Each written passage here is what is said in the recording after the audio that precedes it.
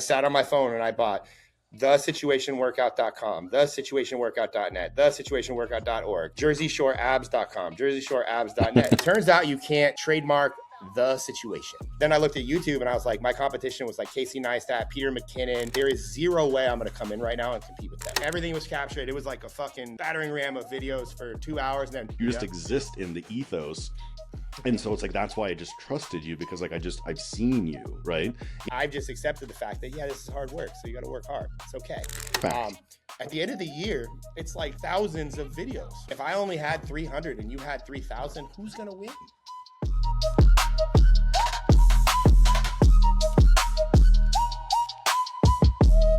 All right, welcome back to The Formula. I'm Peter Roth, and I get founders who built big things to expose their filthy little secrets. So grab a pen. My guest today is Ryan Magin, the guy Grant Cardone called my secret weapon on TikTok. He went from filming GoPro videos on YouTube to founding Viral Edits, the first TikTok editing agency, and racking up over 100 million views shot on an iPhone.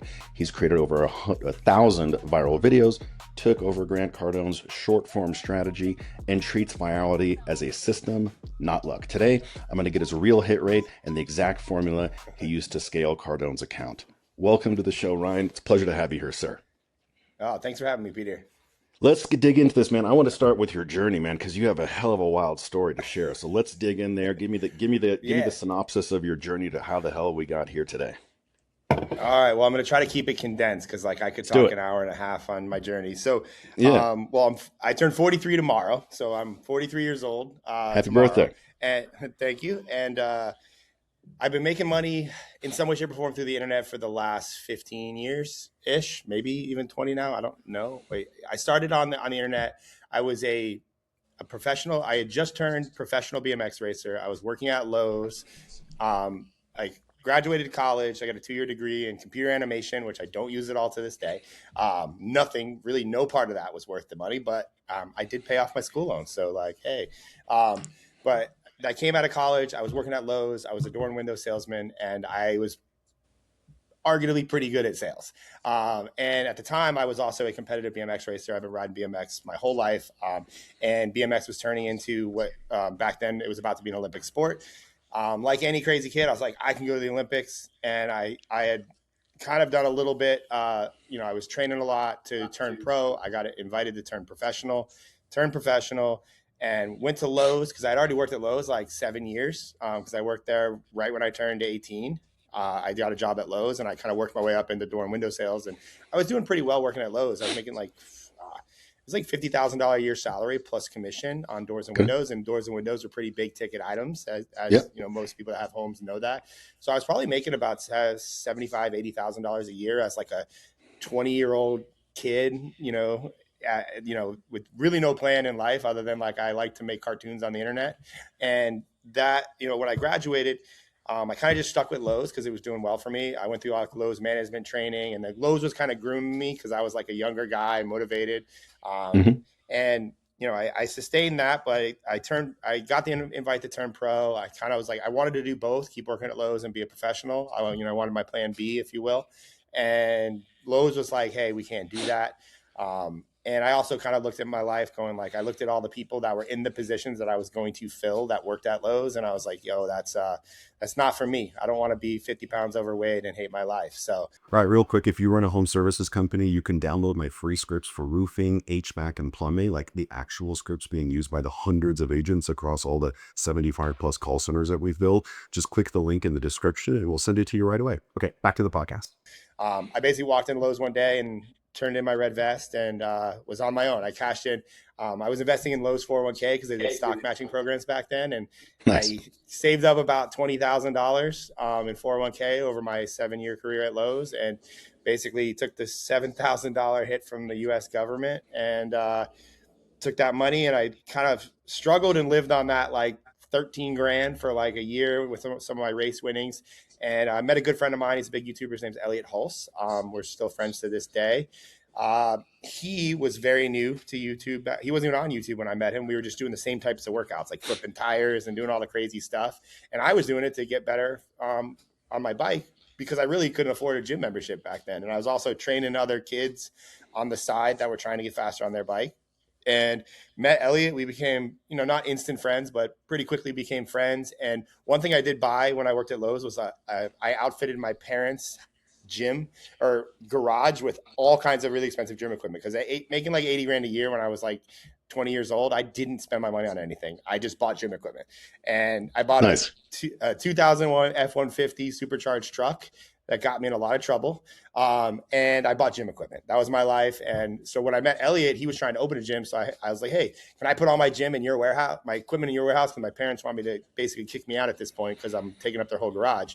And he said, yes. Me and Elliot became friends. And Elliot learned of Gary Vee pretty early on. And he's like, I got to create. And then he read the 4-Hour Workweek by Tim Ferriss. So then I just copied Elliot back then.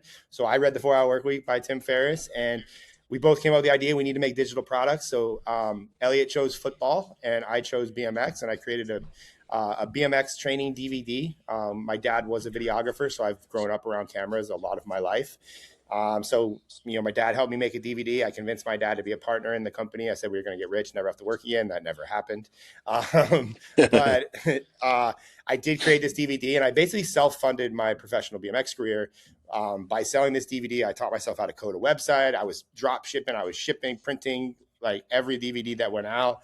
I was buying ads on forums, and but what was the catalyst was Elliot started making YouTube videos to sell his football program. I started making videos to sell my BMX program. And what I saw over my from like 20, I think I turned pro at like 20, because Lowe's was still like 25, and then I quit. And then it was like, there was like a 3-year gap where I was just like kind of like trying to sell these DVDs, and it wasn't really working that well. And also I was not good enough to be a top professional BMX racer. I was too good to be an amateur, but not good enough to go to the Olympics and make hundreds of thousands of dollars riding my bike. That realization kind of hit me like a truck. And I thought, well, I could keep doing this DVD thing and train people, but I was so burnt out of riding my bike and like training people to ride my bike and then competing to ride my bike and then selling DVDs about riding my bike, that I was just like, you know what, I need a break. So I just quit all of that. I bought a fixed gear bike, and I still ride bikes to this day. I never stopped riding bikes, but didn't want to do that. That led me to one thing I did in my videos. I was creating an email list back then. That was like not the norm.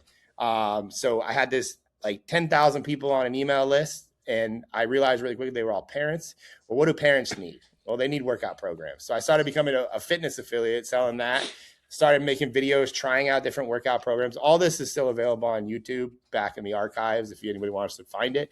And I became actually a really, really good affiliate. I learned also that you could take Google. Google had a loophole back in the day that if you bought an exact match domain name, so if I bought dietcokereview.com and I used WordPress and I installed a one-page site on that and I wrote a long review about Diet Coke, that I would rank page 1 for Diet Coke. Love it.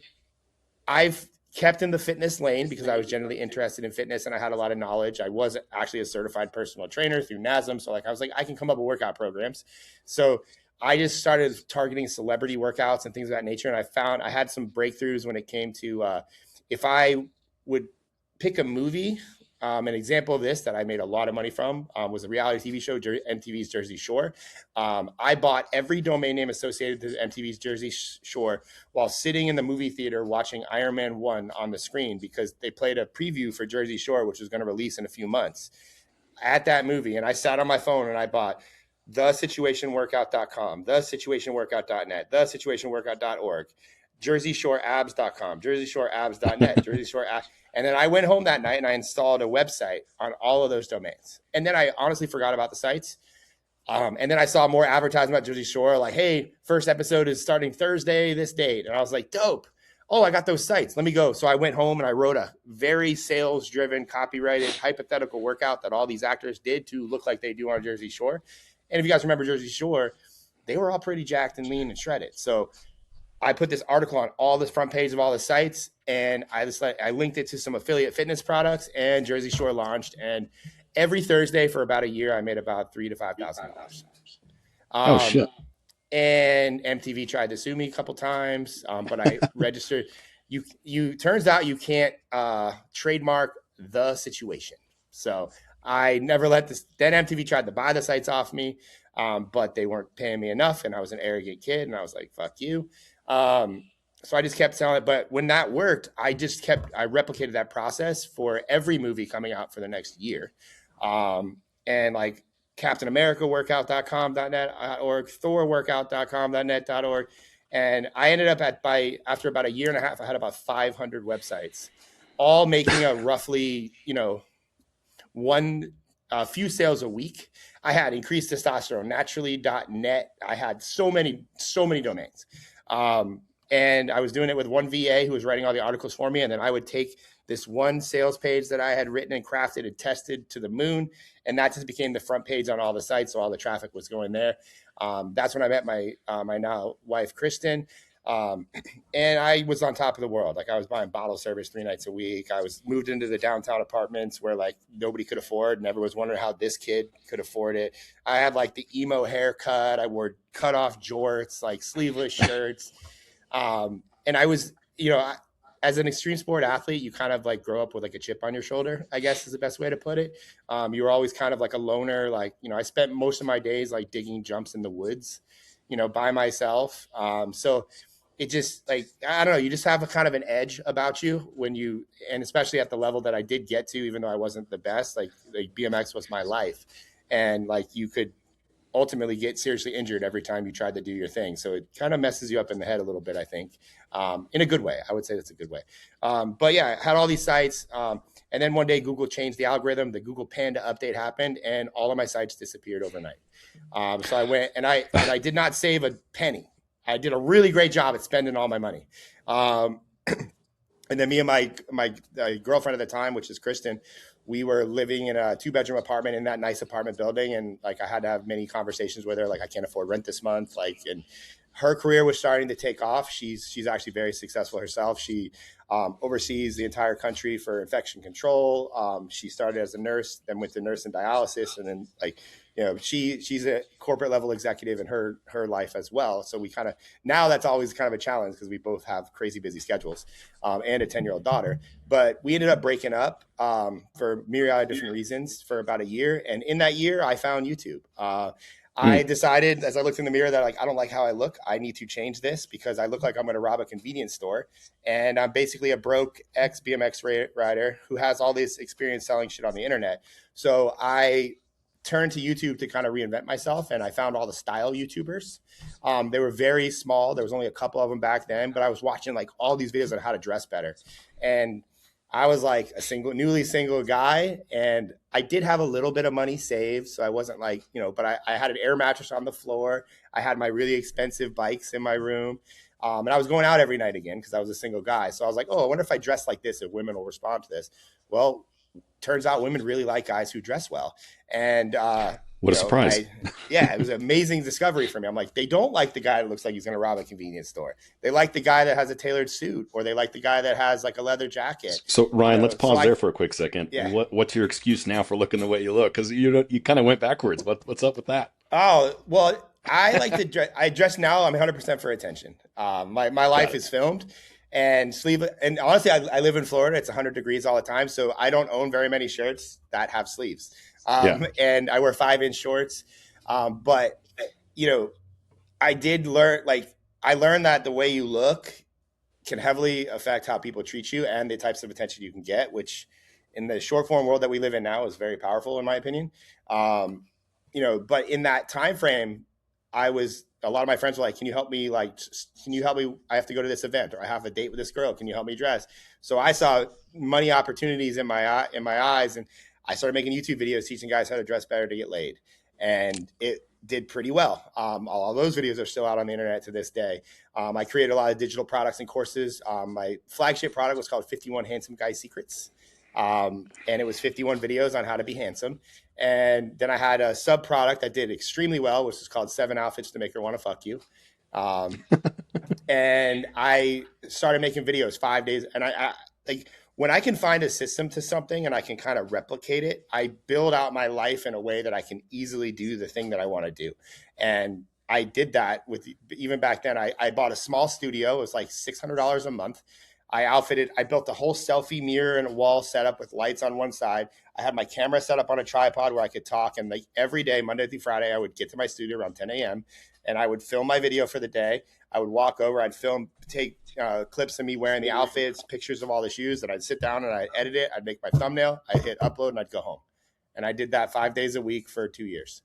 And I was able to, I didn't grow that crazy on YouTube, but I was getting a lot of views. And that's where kind of like, as you'll find later, views became very important in my life. So I was actually signed to a Menfluential Media, which was like a fashion-based media company. So they sent me a lot of brand deals.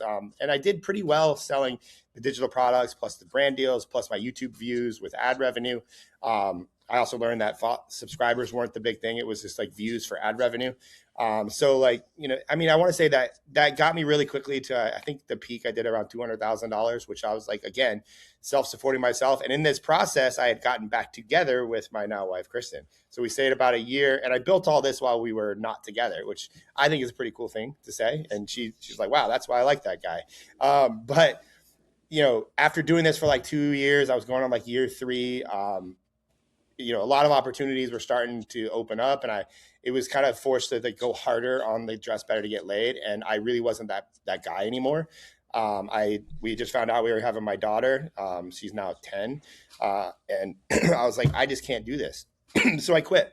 I'm very good at quitting things, like cold pulling the plug, and kind of fumbled around for a year. I was a lot more better off this second time around that I fumbled around as opposed to the first time, because I wasn't buying bottle service every night because I was with my now wife and daughter. So I did have a little chunk saved, and there was about a 1.5 year gap between me quitting that and COVID. And I don't really remember. It's kind of a blank period, that year leading up to COVID, because I didn't really know what I was doing. I was kind of fumbling around. I was doing freelance video work. I had like a little mini agency started where I did like Gary Vee style videos. Companies were paying me to film ads for them and like manage their ad accounts. Like it was like, if I could get $1,000 here, $2,000 there, 500, like I was just scraping by. And then COVID happened, and like all my clients, all the money I was making just basically stopped, because a lot that happened for a lot of people during COVID. And I didn't really know what to do. And I was kind of, I don't want to say stuck at home with my 4-year-old daughter at the time, but I was. And my wife, she was a nurse at that time. So it was her Super Bowl. Like she was going to work every day. Like, despite what I now believe with the government, like every day was like she could die at work. And that was what they wanted you to believe. And I was like, okay. So like, I was like, I'll take care of Chandler, my daughter. And, that's when TikTok was just starting to get a little bit of popularity. And what I saw was, I wanted to go back to making videos and start building more of a personal brand. Because I kind of had that with the fashion, but it was very niched. And I was like, I don't really want to be that guy, but I know a lot about videos. And, but then I looked at YouTube and I was like, my competition was like Casey Neistat, Peter McKinnon, like Jenna all these major people. And I was like, there is zero way I'm going to come in right now and compete with them. I was like, I need an angle. I need something that makes me different. And for me, that was TikTok. I saw this platform that was 15-second videos, and I was like, nobody is there. And and when I saw that, like, because I focus heavily on the fashion YouTube, that I kind of missed a really nice window for Instagram. Like when Instagram pictures were like awesome, like I was so focused on YouTube, I didn't focus on that at all. And then the same thing kind of happened. I looked at Instagram and it was starting to get even, now it's way saturated, but like the ease of breaking through, I missed that window for Instagram. And I was like, okay, but there was no competition on TikTok. And I was like, all right, so here's what I'm gonna do. I'm gonna make myself a system. I have about 1 hour a day. It was actually from 12 to 1, where my daughter would eat lunch and watch like cartoons for an hour, and she would leave me alone. And I was like, I can film, edit, and post a video in 1 hour a day, post it to TikTok, and I'm gonna do it for 90 days. I'm gonna see what happens. And well, about 5 or 6 videos in, I had my first viral video. And then it was kind of over from there. Then I just kind of, by the end of 90 days, I had like 40 or 50,000 followers, saw more growth there than I'd said on any other platform. And then I immediately said, okay, this is my new business. I am going to sell an agency service to help other people get on TikTok. And, I continued to do what I was doing to continue to grow myself. And shortly after that, like you mentioned in the intro, one of the first people that reached out to me was Grant Cardone's team, because I was in a, so there's a little bit of luck involved, but I would call it, I was in the right opportunity by design to have that luck be attracted to me. I joined a Facebook group called TikTok Marketing Secrets. It's still there to this day. I became friends with the guy that runs it. His name is Michael Sanchez. He has a bunch of TikTok softwares. Really, really smart guy. We just started, like, I paid him $300 for 3 1-hour consults just so I could become friends with him. because he was charging $100 for an hour to talk about TikTok. And at the time, I went to my friends, Elliot, Hulse, Chris Barnard, and I forget who the third, and myself. So and Elliot and Chris were paying me like $1,000 a month. Not a lot of money to do to take their footage and turn it into TikToks. But I did a call with Michael for each one of these. And by the third one, I showed him my account. And my account, I was like one of the first people to film with a camera, turn it on its side, and edit my videos for TikTok because everyone was dancing on their phones. So like he was like, dude, I love your videos. I show your videos to my coaching group. Like, and we became instant friends. And about 2 weeks later, there was a post in his Facebook group, which was by a woman named at the time, it was Adley Stump. She was one of the biggest viral creators on Facebook. She was like, does anybody know anybody who can take my long form Facebook and already proven viral videos and turn them into TikToks? And back then, nobody was doing it. Like, so a couple people commented, and then Michael commented, hey, I would reach out to Ryan Magin, and he tagged me. And then Adley reached out to me, and she became my first actual paying client at like, I think it was like $750 or $1,000 a month. And that was I took her to 1 million followers in 6 months. And in that process, Grant Cardone's team reached out to Michael Sanchez, and Michael saw what I was doing with Adley and saw what I was doing on my own. And he said, you need to talk to Ryan. And then Jared from Cardone's team called me the next day. We started working with Cardone, and I did, in typical Cardone fashion, I tripled my prices. Well, damn straight. You better. You have to. Be pissed if you didn't. Yeah, and then that lit, and I did. I pitched Jared and Alan and Grant on a phone call from a cigar lounge in St. Pete, Florida, and it was probably one of the most nerve-wracking times because I'm selling TikTok. Like, nobody cared about TikTok back then. Yeah. Like, and I was like, it's $3,000 a month. I'll get you 100,000 followers in the next 90 days, and if I don't do it, I'll edit your account for free until I do. I will pause your billing, and then when I hit the 100K, I'll start billing you again. And Jared and Alan were like, have you scripted this? I said, no, I'm just wildly overconfident in what I can do for Grant. And we, at the time, Luis, I convinced Luis to move from California to Florida because nobody wanted to live in California during COVID, because this is all during COVID. And so he moved to Florida. And I looked at, before I got on the call, I looked at Luis and I was like, yo, start editing Grant's account. We need 5 videos to go by the end of the day. And he did. And then I got on the call, closed Grant. We were posting the same day. And within 28 days, Grant's account had 100,000 followers. And that was all the proof I needed. And then it was a snowball. Oh, I love that. So Grant Cardone called you literally his secret weapon on TikTok. So walk me through what his short form presence kind of like looked like before you took over versus after. Like, what specifically did you change for Grant? The main thing was, like, at the start, it was just TikTok. Like, and me and Grant, we were just TikTok for Grant. Pretty much the entire, like, we worked with Grant they went fully in-house about 4 or 5 months ago. So it was about 4 years of, I got to know Mandy, who manages Grant's like main accounts. Like Alan was managing accounts. So they kind of just let us focus on TikTok for a long time because there was no Reels yet. There was no Shorts. There was nothing. And so we were just, at the start, it was just anything that does good on TikTok. They were just kind of bringing it over, putting it on Instagram, putting it on YouTube Shorts. Then it kind of became, we were just clipping his podcast, like all of his stuff. Like, he would do seminars, we'd clip it. He would do podcasts, we'd clip it. Like, we were clipping before clipping was a thing.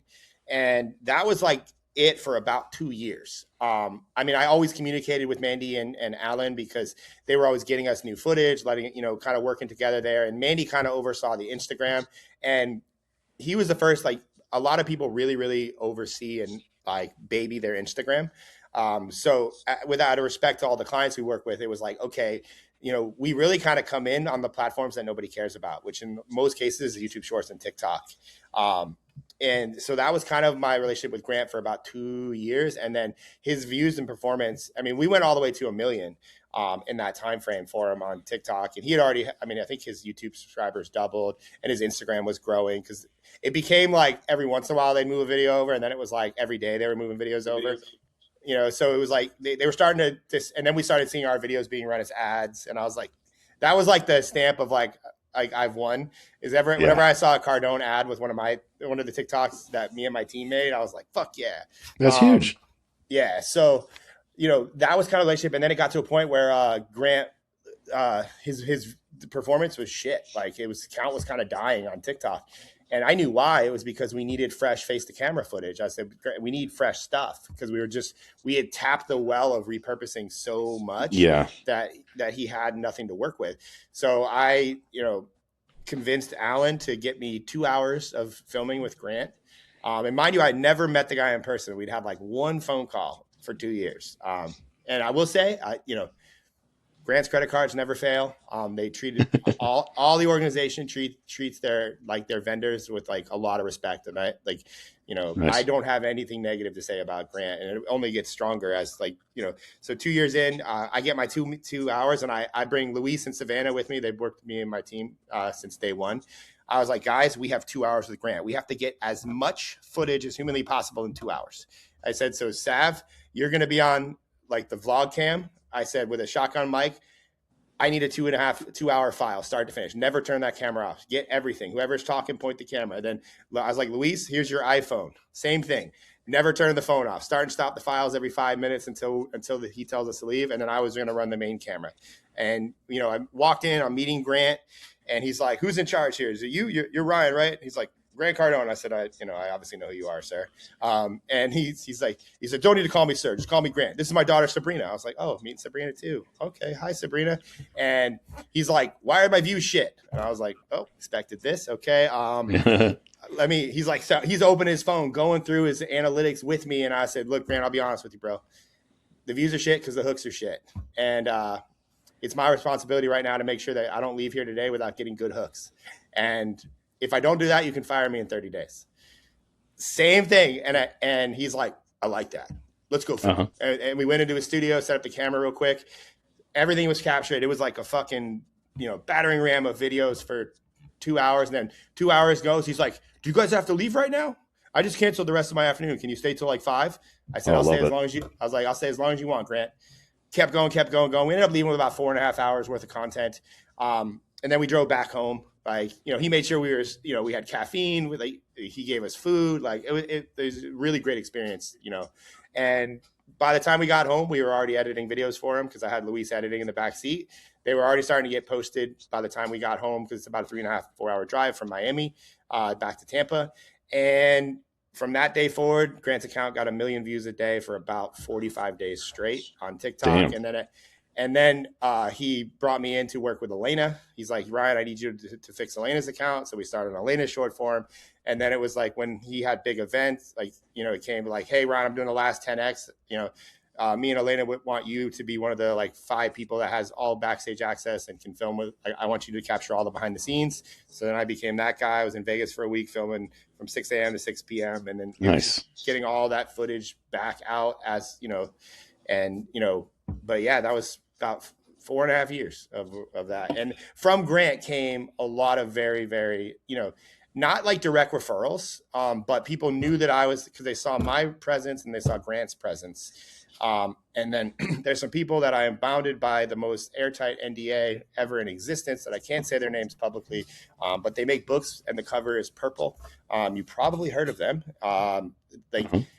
I was a direct referral from Grant to them. We started working with them and they absolutely exploded. And there was a very specific style of subtitles and captions we used back then. I'll let the people on the internet figure that out. It basically changed the course of the internet and how content is consumed. And then from that we started working with like Modern Wisdom Podcast, Vanessa Van Edwards, Cody Sanchez, Jordan Peterson, Michaela Peterson, Flagrant Clips.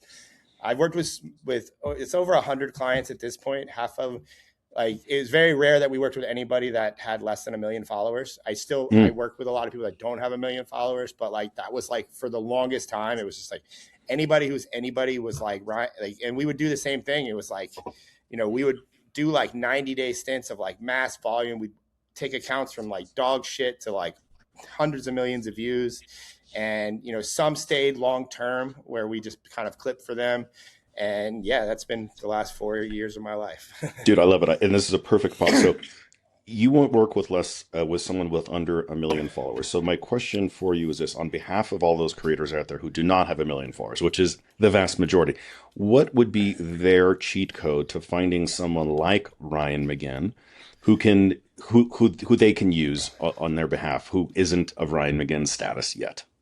Yeah, well, just to be clear, I do work with all sizes now. Okay. That Okay. there was I was corner in the market for that for a long time, but to be fair, to everybody, like I I mean, we work with like tons of different people now. And what the problem for me, and this was honestly, it's still the biggest problem in my company, is infrastructurally, because we push such a high volume, you know, we can only work with a certain number of people because Sure. I can't find talent fast enough. And I churn video editors and like creative directors. Like my talent pool, like that's part of my Instagram is like a talent pool. But I've just found that it's very hard to manage a lot of people, especially a lot of creative people. Mhm. And to answer your question, like what people should do now, like most of my content now is just, I don't think anybody right now should hire somebody to help them with their content if their business isn't making less than like $50,000 a month.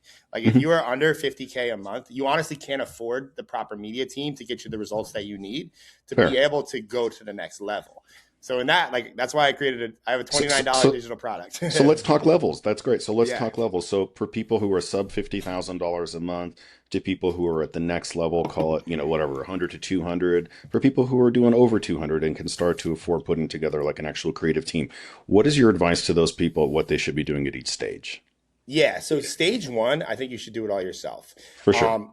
With reservations. Like I feel like I get a bad rap in my content because I'm like the king of burnout. Everyone says like if you do what he says, you're going to burn out. It's like, well, I mean, if anybody's ever run a business, you're always burnt out. I don't know a Yeah. life that exists where I'm not burned out. So like I've just accepted the fact that this is hard work. So you got to work hard. It's okay.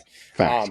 But with that being said, the nature of like what we did to grow everybody, and on that the huge spectrum, like the culture has shifted on the internet right now to where they don't want that stuff anymore. Like they don't want the fancy edits. They don't want the crazy B-roll. They don't want Fair. the incredibly fast videos because, and this is like a life cycle again. Like we started this 5 years ago.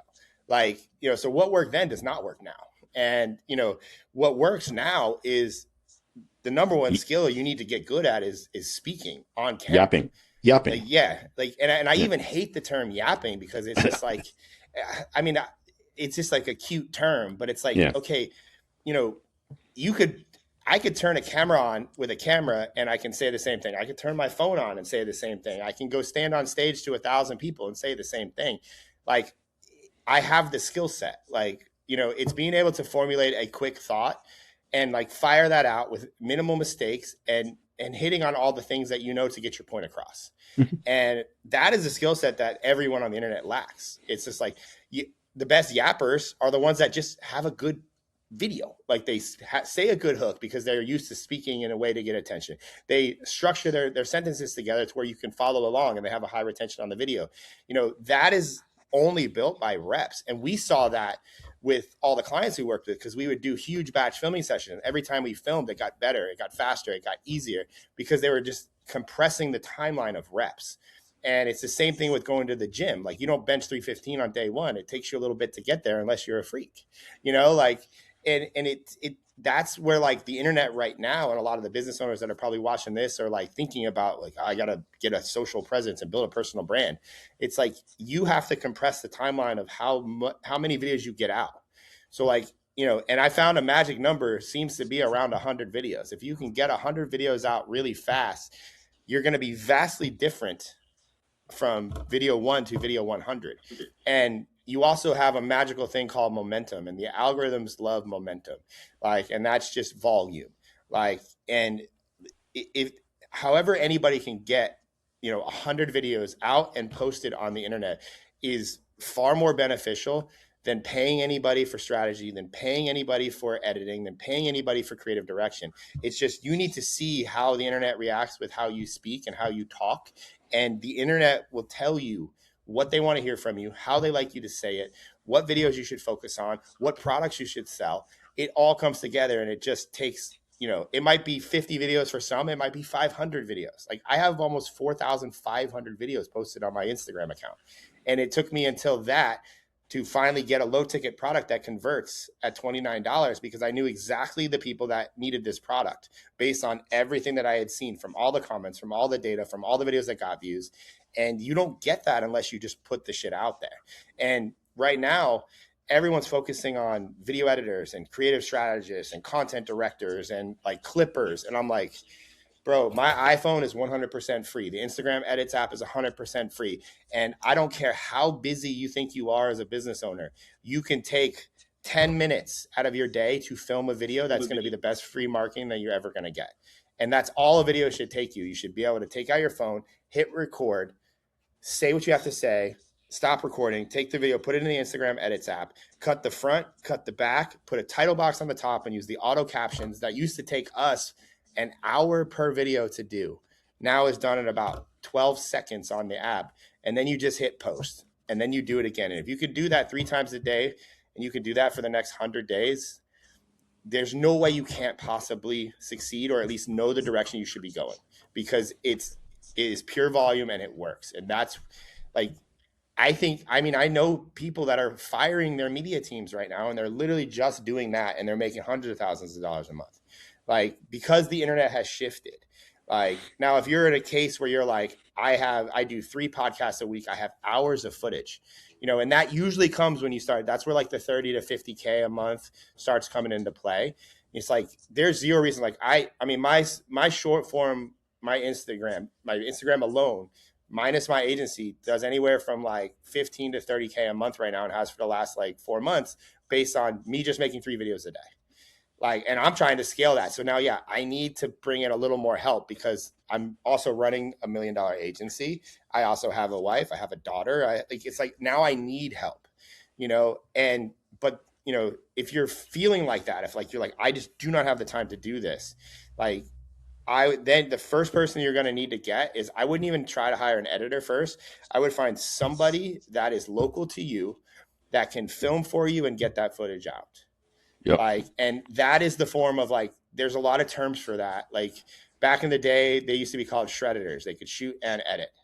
Like now, and I think you should find one of those, like, because the last thing you want is to hire a creative director or video or filmer, because that person's going to cost you. I mean, I've just found that anybody local or anybody worth their while is not going to work for you for 40 hours a week for less than $6,000 a month. So right there, you're paying $6,000. And right there, if you have a business that's $50,000 a month, let's say you're operating at 30% margins, what are you keeping? Like, let's say $25,000 a month profit. You just cut your profit down to 19K right there with that one person. And they're still not, and then I need an editor. Most editors, you can go overseas and you can get one for about $500 to $1,000 a month, but they're going to make this person fucking insane with the revisions and all the shit back and forth. And so you need to find a decent editor, and a decent editor is going to probably cost you between $3,000 to $6,000 a month because and now you're at $12,000 a month. So again, your profit is going down because the reality of social media is there is a timeline to reimburse yourself from the money you're investing into social media. Like, it's not a 1-for-1. I've never seen it be a 1-for-1. Where it's like, I spent $10,000 this month, I made $10,000. Usually there's like, it used to be you can get like a 30-day return, but that return has gotten longer and longer and longer because it takes more and more volume and more reps of people seeing your face to be able to trust you to buy things. So if you can make your money back from the money that you invested in social media last year, you're probably doing pretty good. And that's where like the huge people like your Hermosis, your Cody Sanchez's, your Patrick Bet Davids, like they've built this huge self-liquidating media machine that is running 24/7, and their monetization is so optimized that, yeah, they can spend $1 million a month because they made 2. Yeah, I think you're touching on a really interesting kind of distinction here, which is like, do cart or horse first, right? Like, does the business come before the social media presence, or does the social media presence come before the business? Like, and that's a different answer for everybody. Like for me, for sure, it was the business before the social media presence, right? Like, so it did become sort of self-liquidating in a way, right? In that the business paid for the social media, right? And to me, the social media was a long-term branding play. Yes. Right. Like, so personal, personal branding, that was a branding play in this very literal sense of the word. So like, I wasn't expecting, social media to pay me back right away. For me, it was a long-term branding thing. It was a long-term awareness play. It was building the know, like, and trust factor, right? And Yes. that for sure has paid itself off. But it's impossible for me to correlate that. Like I'll never Yes. really know. Like I can ask every single client of mine, "Hey, how'd you hear about me?" Right? But in a sense, there is so much of a gray area, like where they don't even sometimes know. Yeah. Or like People don't sometimes they don't remember. even know. People don't Like, remember you know, things. they might say like, well, yeah, I just sort of seen you. Like, you're just there. Like, you just Yeah. exist in the ethos. And so it's like that's why I just trusted you because like I've seen you, right? Even if I can't recall a word you've ever said, but yet your name and your face is just omnipresent. So therefore I felt Yes. comfortable and confident buying from you, right? And it's like that is Yep. awesome. You know, that's a sign that like shit is working, so just keep fucking doing it, you know? Yep. And But you like you for me buy it was from always people you business before trust. social media.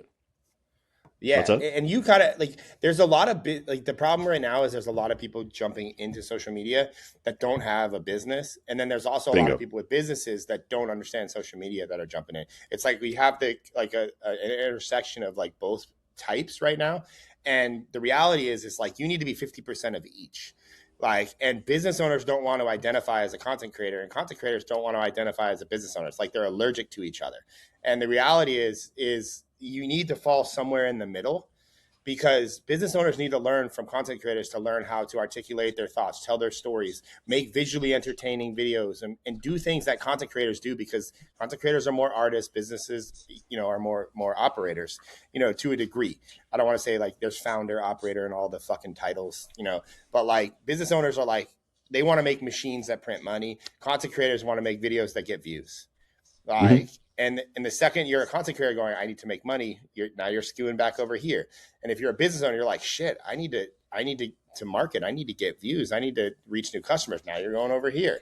So it's like, the sooner people realize that, and both sides are an incredibly hard, more than a full-time job. Hmm. Like, and that, I think that is like a huge problem that we have currently on the internet is you have business owners coming in with obviously the stress and the responsibilities of running companies and businesses and founders, and then you have content creators that have the stress of being very public faces, and the content creators, the bigger they get, the more people they need to help them be them to do the thing that got them there to begin with, which is make more videos or make more content. And then you have the business owners are like, well, I don't have the time to make all these videos and do this we're in a unique spot on the internet, and like I would be lying if I said I had a solution. Like Hmm. it's just like even people that are looking at this like, well, how do I outsource this? How do I up my volume and get more videos out to start growing my business? It's like you kind of have to decide. It's like how much do you have to invest in this before you make any money? And that is where I think I call them big content. That's where like the Hermosis and Cody Sanchez, like they have you beat. They can go way farther in the hole at doing free content to outlast you to then make the money later. And that used to be, I mean, I know you are obviously very familiar with ads and things of that nature. It used to be like who could spend more to make more. Like if I could spend more money than you to acquire a customer, I can make more. I can beat you. Well, now it's like I can make more and more content at a faster pace than you. I will beat you at some point. Like it's like the tides have shifted, and that the same rules apply for ads and organic content right now. There's no difference. It's just where business owners are sitting at. It's like you got to kind of understand. It's like how much effort do you want to put in? If you want to put no effort, then yeah, I would say hire an agency. A good one's going to cost you, but like that's what we do. Like we start at roughly 10K a month, like, and we just simply focus on short form. If you want to do YouTube, you got to hire a YouTube agency. Most of those are running for 5 to 10K a month as well. So like right there, you got to be able to put in, and let's say you go levels below where me and some of the really great YouTube agencies operate at, and you're like 5K for short form, 5K for long form. You're still, that's 10K a month. You have $120,000 to burn by the end of the year to make this back. Like, and I think that's a hard question for most people, to answer. Like, because at some point, and it also to succeed at any of these working for you, it's the amount of effort you as the business owner wants to put into the content creation process. For sure. Because if you want to not film at all and you want them to repurpose shit, well, you can expect 50% results. If you want to be heavily involved, like filming for them, getting them footage, like being inside in the ideation process, like actually dedicating days, if not weeks, to filming videos, you can only expect a certain amount of results. And that's where I do really believe in where the internet is at right now. It's not built for more agencies and people to outsource. I think content creation should become more of a lifestyle that is a part of a business owner or founder's life. And it's easy enough for them to get themselves out there without relying on all the other people, because you're still going to have to manage all these people too. And that's not saying, I mean, I am an agency. So like by me saying that, I like literally put myself out of business, and that's, something that like I've had to accept that like, okay, this agency might not be the 10-year play, but it's still pretty good right now, So it's like I do see things changing like that. But I think if you're going to hire one person, like that person needs to be in your place with you 5 days a week or whatever your work days are. Like you will get more value out of you just having one person that follows you with an iPhone, asks you questions all day, and then gets those things put up at scale than you would ever be by hiring an agency or like external companies. Love that. And that's the reality of where we are on the internet. And it does come down to how much can you tolerate? Because one video a day, not enough. 2 videos a day, it's cute. 3 to 6 videos a day, now you're talking. Now you're like, all right, I'm going to make it, if you can sustain that for fucking 6 months to a year, you're going to be unrecognizable at the end. And I think your business would be making the money to. Let's pause there. So why in your thoughts, why is it that 1 video a day, not enough? 2, cute. But 3 to 6 is where the magic starts to happen. What is your thinking behind that? Well, one is, and this is just like what I've seen over 5 years of doing this. Like we used to have it was $3K a month for 1 video a day. And then it became $3K a month for 1 video a day across 3 platforms: TikTok, Instagram Reels, and YouTube Shorts. That was my base level package. And I racked that up, and then when I started seeing a saturation level happen where it was taking us more effort on the 1 video, that if we just split that effort across 2 videos, we had more at bats and we had more opportunities for the videos to do good. And just for context, a video for me doing good is 1 million views. I don't like get excited for anything that doesn't have an M next to it. Like when it comes to views, Wow. and that I can assure you, if you're ever in the room talking to people of the Cardone level, the Cody Sanchez level, the Petersons, all these people, like their monthly views are crazy. Like Modern Wisdom's Instagram was 35 million views a month on average for a year. Like, so it's like, that's also where I operate from. And I look at it like, well, a lot of people that I talk to want to be these people. I'm like, well, you don't even know the game that they're playing, because the game that they're playing, like you're not even in the same stratosphere as them right now, So having that context, like, how do I make that work for even somebody like myself? I'm like, okay, well, and it's also using the tools that you have available to make yourself as cool as possible on the internet. Like I don't have I have a cool car, but it's not a Lamborghini. It's not a fucking Bugatti.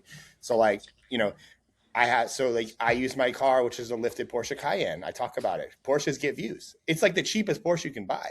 I have a studio where I film it. I talk about it. Like this is $5,000 a month. Not everyone can have that option. So it's like, you got to look at your life. What are the cool things in my life? And then you start showing them over and over and over again, because you want to, the more you can show people that you live a life that's worthy of them following and worthy of them wanting to aspire to be you in some way, whether it's through your knowledge to help them get where they want to go versus what they simply see. Like, I don't think anybody on the internet wouldn't trade their life to be like, I'd like Grant Cardone's money.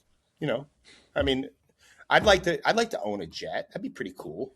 Like, it's like, now obviously that's extreme. Like everyone has their problems, but like, it's just, you have to be willing to get a follow now. Like, and that is very, broad. I understand that, but it's like, is your lifestyle worthy to be followed? If it is, well, maybe you should showcase that as much as humanly possible. Is your knowledge worthy of a file? Well, if it is, you should probably talk about a lot of shit a lot of times. Is your family something that people should follow? Well, you should show them a lot. Like, so it's like, you got to kind of look at what you have at your disposal. And a lot of people, I think, if they're even thinking about doing videos on the internet, like your knowledge is the only thing you have. And I just find it hard to believe that if a video takes you 1 minute to film, why you can't do 6 a day. Like why you can't give yourself 6 opportunities a day to help people like that. erasing the production aspect of no editors, no anything. And that's the time that we live right now. So that's why I'm like, if you can get as much, like if you just committed to like a year of like, I'm going to burn myself out. I'm going to put as much out there. I'm going to be on as many podcasts. I'm going to do as much content as I can. At the end of the year, it's like thousands of videos, you know? So it's like, and if I only had 300 and you had 3,000, who's going to win? Like, and that, so it's like all the roots of everything that I've saw. And it was like, it just came down to if I made $100,000 last month and I posted 90 times, statistically, if I post 180 times, I should make 200,000, or maybe I don't hit 200,000. I only make 150. I still made more money than the previous month. Like, and that is, yep. I've just seen that with volume over the last 5 years. But the differentiator for the last 5 years has always been, I can't compete with Hermosi's team, or I can't compete with Cody Sanchez's team. Well, no, you can't, because they're spending $1 million a month on their teams. But what you can do is pay $5,000 a month to one person and then have them post 10 of you a day. And then you're going to tell them, I don't care if they're ugly. I don't care if they all don't have the perfect hook. I don't care if they have the leading AI graphics and shit. Like, because right now the internet wants people, and the internet and all it is FaceTiming your friend. And just your friend happens to be 1 million people on the internet. Right. So like, that's like when it all comes down, I just saw every conversation I was having that the only differentiator for success was Hermosi put out more content than Cody Sanchez, and then Cody Sanchez put more content out, and like Daily Wire is putting out more than both of them. And like, you know, like it's just like it becomes media, and the loudest people tend to win. You know, so yep. that's big, just my big surprise. You know, and then one other point I'll touch on is just if you as a singular person, if you were going into the week going, I have to make 7 videos, right? And those 7 have to perform because I have to pay my payroll. That's a lot of pressure for 7 videos. Like, that's a lot of pressure on your editor. These 7 videos have to perform.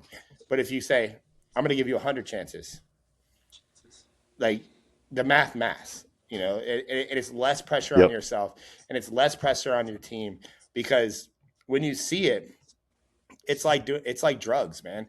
Like if I make a video, it gets 1 million views and it has a ManyChat link attached to it, I probably just made 10 grand. How many times do you think I want to do that? 10 times a day, every single day. I never want to fucking sleep. Bingo. You know? All right, Ryan, let's do this. Let's switch to the lightning round. We got 5 minutes left on this podcast. Right. Let's make it fun for the audience. All right. What is your most embarrassing business failure that you can laugh about now? Oh man, hiring operators. I've tried to hire an operator. I lost about $150,000 to one, a female operator. She ended up leaving, and I invested all this money, all this time. I traveled. I brought her with me on every trip. It gave everything so she understood the operations of the business, and she started a competing company. So I would say it's embarrassing because I should have cut that sooner. Yeah, big surprise. I think we've all dealt with that pain. Yeah, right. I watched your video. What business guru do you think is complete? Well, thanks. That was a particularly fun experience. Yeah. What business guru do you think is completely overrated? Oh God, man, I don't want to get it. And you can say Skip. Oh, Luke Belmar. Like Luke Belmar, like he's like came in, he's like crypto bro guy. Like the guy says a lot of shit, doesn't say fucking nothing. That's all you had to say. Yeah. That's all you had to say. Yeah. All right, what's the dumbest personal item you've ever spent money on? Ooh, dumbest personal item. Is it one that I liked or I didn't like? Just silly, stupid. You wish you hadn't. Yeah, didn't like. Oh, fuck. I'm trying to think. I mean, I have a lot of designer bags, but I like them. Good. What's the? Okay. I'm like looking around the studio and trying to. Yeah. I really don't have any, because like I also take the mindset of like if I buy something and I put it in a video, it's either a mistake or it's a win, and I can monetize it in some way. So it's hard for me to say it's a dumb mistake. Actually, okay. I mean, I would say it like my 2010 Porsche Cayenne breaks all the time, and I'm like, this is a dumb purchase, but I still like the car. There you go. But it's made you money. Okay. Yeah. What's the best thing you ever spent money on? Something personal, not business related. Oh, staying in the nicest hotels that I can afford at any given time. There's just something about being in nice hotels and even doing like staycations to the nice hotels in your local area. The people I've met, it's always produced some sort of like, whether it be a personal ROI of like feelings and making you want to level up everything you do.